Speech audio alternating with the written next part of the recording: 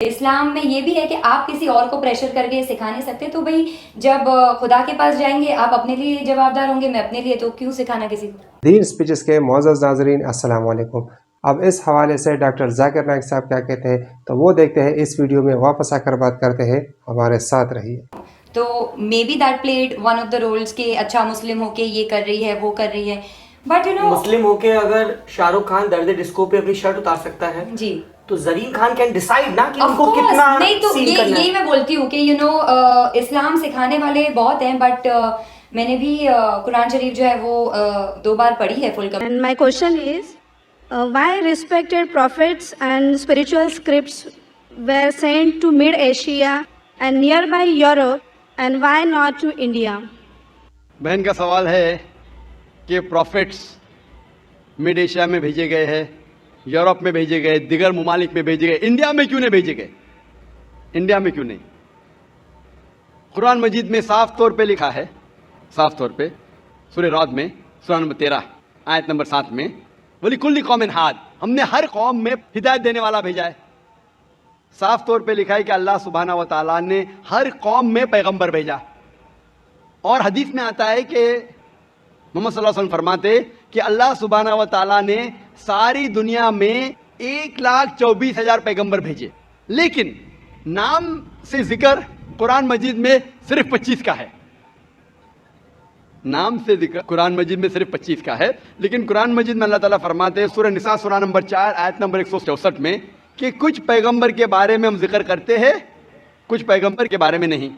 تو سارے پیغمبر کا ذکر کرنا قرآن مجید میں ضروری نہیں، تو یہ قرآن مجید اتنی بڑی کتاب ہو جاتی، بلڈنگ سے بھی بڑی، اتنی چھوٹی کتاب جب آج اکثر انسان نہیں پڑھتے، تو اللہ تعالیٰ نے یہ Quran Majid telegraphic message short میں انسانیت کو ہدایت دی ہے، it's a telegraphic message, لیکن اس میں یہ کہا گیا ہے کہ ہر قوم میں ہم نے پیغمبر بھیجا، ہر قوم میں، تاکہ کوئی یہ نہیں کہہ سکے کہ مجھے پیغام نہیں ملا۔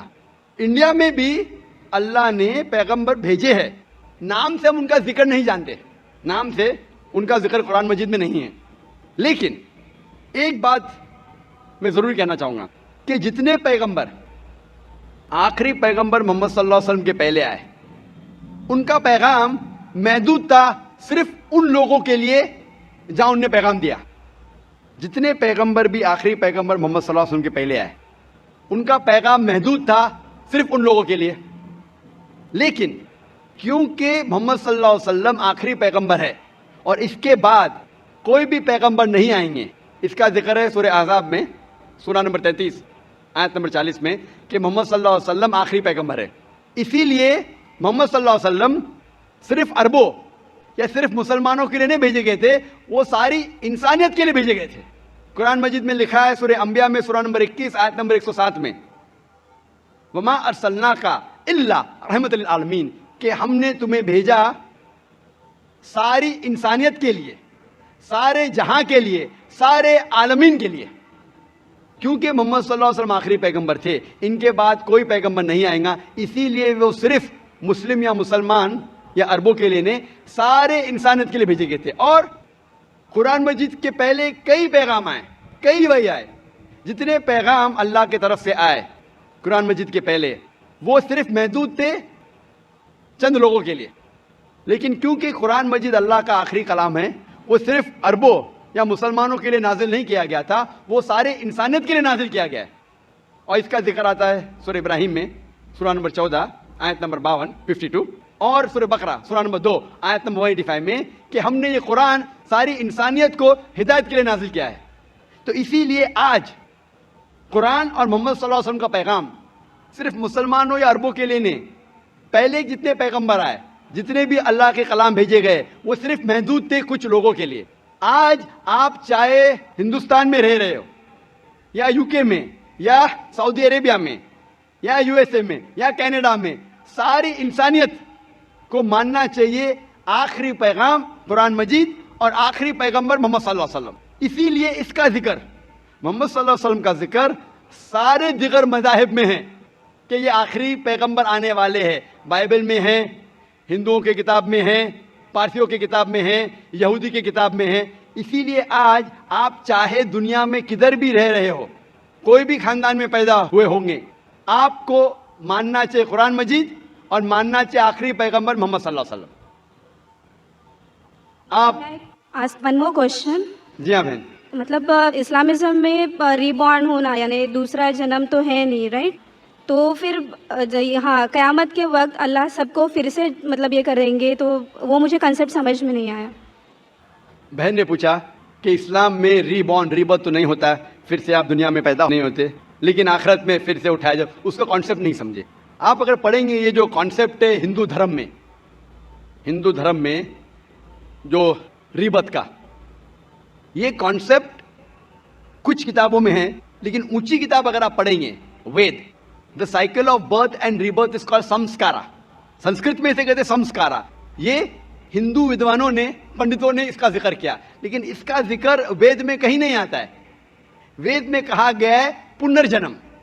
پنرجنم سنا آپ نے بہن؟ سنا ہے جی. ہاں. پنر کی مطلب پھر سے واپس. پنر کا مطلب نیکسٹ، واپس.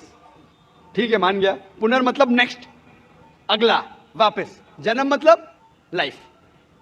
جنم مطلب زندگی، پھر سے زندگی، واپس زندگی. اس سے اسلام کو کوئی حرج نہیں. اسلام بھی اس میں مانتا ہے. اسلام میں بھی اللہ تعالیٰ فرماتے ہیں سورہ بقرہ میں کہ اللہ تعالیٰ نے آپ کو زندگی دی، پھر موت دی، پھر سے زندگی دی. یعنی اسلام میں بھی ہم مانتے ہیں کہ ہمارا پنرجنم ہوگا، لیکن ایک بار، وہ آخرت میں. تو پنرجنم اسلام میں بھی لکھا ہے، لیکن سمسکارا نے، جو ہندو ودوان کہتے زندگی پھر موت، پھر زندگی، پھر موت، پھر زندگی اور موت، اور اب 7 بار لیں گے جنم انسان جیسا، اس کا ذکر وید میں کہیں بھی نہیں ہے. میں چیلنج کرتا ہوں. یہ پنڈتوں کی وچار تھی، سوچ تھی، یہ ثابت کرنے کے لیے کہ کچھ بچے پیدا ہوتے بیمار، کچھ پیدا ہوتے اچھی صحت کے ساتھ، کچھ بچے پیدا ہوتے اپاہج، کچھ اچھی صحت کے ساتھ، کچھ امیر کچھ غریب. تو خدا بھگوان انجسٹ نہیں ہو سکتا. بھگوان ہمیشہ جسٹ ہے. ان کو یہ نہیں سمجھ میں آتا تھا بچہ کیسا اپاہج پیدا ہوا، بچہ غریب کیسا پیدا ہوا. تو ان نے اپنی سوچ سے سوچنے لگے کہ بھگوان تو غلطی نہیں کر سکتا، اسی لیے یہ بچے نے پہلے جنم میں غلطی کیا ہے گا، اس لیے اب یہ اپاہج پیدا ہوا. پہلے جنم میں کچھ غلطی کیا ہے گا، اس لیے غریب پیدا ہوا. پہلے جنم میں اچھا کیا تو امیر پیدا ہوا. یہ ان کی سوچ ہے، یہ آپ کے وید میں نہیں لکھا ہے. اسلام میں قرآن مجید میں اللہ تعالیٰ فرماتے کہ بچے آپ کے لیے امتحان ہیں. تو بچے جب اپاہج پیدا ہوتے ہیں تو یہ نہیں کہ وہ جنت میں نہیں جا سکتے. ہر بچہ معصوم ہے. بچے والدین کے لیے فتنہ ہے، امتحان ہے. تو ہو سکتا ہے کہ کنجنائٹل ہارٹ ڈیفیکٹ ہو کے بچہ پیدا ہوتا ہے، اس کو دل کی بیماری ہے. دل کی بیماری ہونا مطلب یہ نہیں کہ بچہ جہنم میں جائے گا، لیکن والدین کے لیے ایک فتنہ ہے، ٹیسٹ ہے کہ بچے اگر بیمار پیدا ہوتے ہیں پھر بھی والدین اللہ پہ بھروسہ کرتے ہیں کیا نہیں. ہو سکتا ہے کہ والدین نمازی ہے، اللہ کے احکامات پہ عمل کرتے، اللہ تعالیٰ ان کو اچھا معیار دینا چاہتا ہے. مثال کے طور پہ آپ جب پاس کرتے ہیں گریجویشن، تو آپ بی اے پاس کر دیے، بی اے بن گئے، لیکن جب آپ M B B S exam دیتے آپ کے نام کے آگے لگ جاتا ہے doctor. But M B B S exam pass کرنا بی اے ایگزام سے بہت کٹھن ہے اور ڈیفیکلٹ ہے اور مشکل ہے. لیکن جب مشکل ٹیسٹ پاس کرتے آپ کا ریوارڈ بھی بڑا ہے. تو اگر بچے اپاہج پیدا ہونے کے بعد پھر بھی والدین اللہ پہ بھروسہ کرتے تو اللہ تعالیٰ ہو سکتا ہے ان کو جنت فردوس دینا چاہتا ہے. جنت میں بھی لیول ہے. تو یہ ٹیسٹ کر رہا ہے اللہ. کسی کو غریب پیدا کرتا ہے، کسی کو امیر پیدا کرتا ہے. امیر یا غریب سے آپ جنت میں نہیں جا سکتے، بنسبت امیر آدمی کو جنت میں جانا اور مشکل ہے، کیونکہ اس کا امتحان اور کٹھن ہے، ڈیفیکلٹ ہے. کیونکہ امیر کو چیریٹی دینے کا ہوتا ہے، غریب کو چیریٹی نہیں دینے کا. زکوٰۃ کے اندر غریب کو فل مارکس 100 آؤٹ آف 100. امیر ہو سکتا ہے بولے گا میں نہیں دوں گا تو 0 ملا، ہو سکتا ہے وہ آدھا دے رہا ہے تو آدھے مارکس ملیں گے. غریب کو 100 آؤٹ آف 100. ہم کہتے ہیں غریب ہے، غریب کے اور چانسز ہے جنت میں جانے کے لیے. ہم کہتے ہیں غریب انسان ہے. یہ ہماری سوچ ہے. اللہ تعالیٰ امتحان لے رہا ہے. اللہ تعالیٰ کہتا ہے کہ دولت ایک امتحان ہے. تو یہ ہندو ودوان اسے سمجھ نہیں سکے تو سمسکارا ہے، موت زندگی، موت زندگی، موت زندگی. لیکن وید میں لکھا ہے پنرجنم. ایک بار آپ اس دنیا میں آئیں گے، اس کے بعد آپ کی موت آئیں گی، پھر سے اٹھایا جائے گا آخرت کے دن پہ، اور اس دن آپ کا حساب کتاب ہوگا. پھر اللہ تعالیٰ آپ کا حساب کتاب لیں گے کہ جو اللہ نے انسانوں سے فرمایا تھا کہ ایک خدا میں مانو، آپ نے خدا میں مانا کہ نہیں، بت پرستی مت کرو، آپ نے کیا کہ نہیں،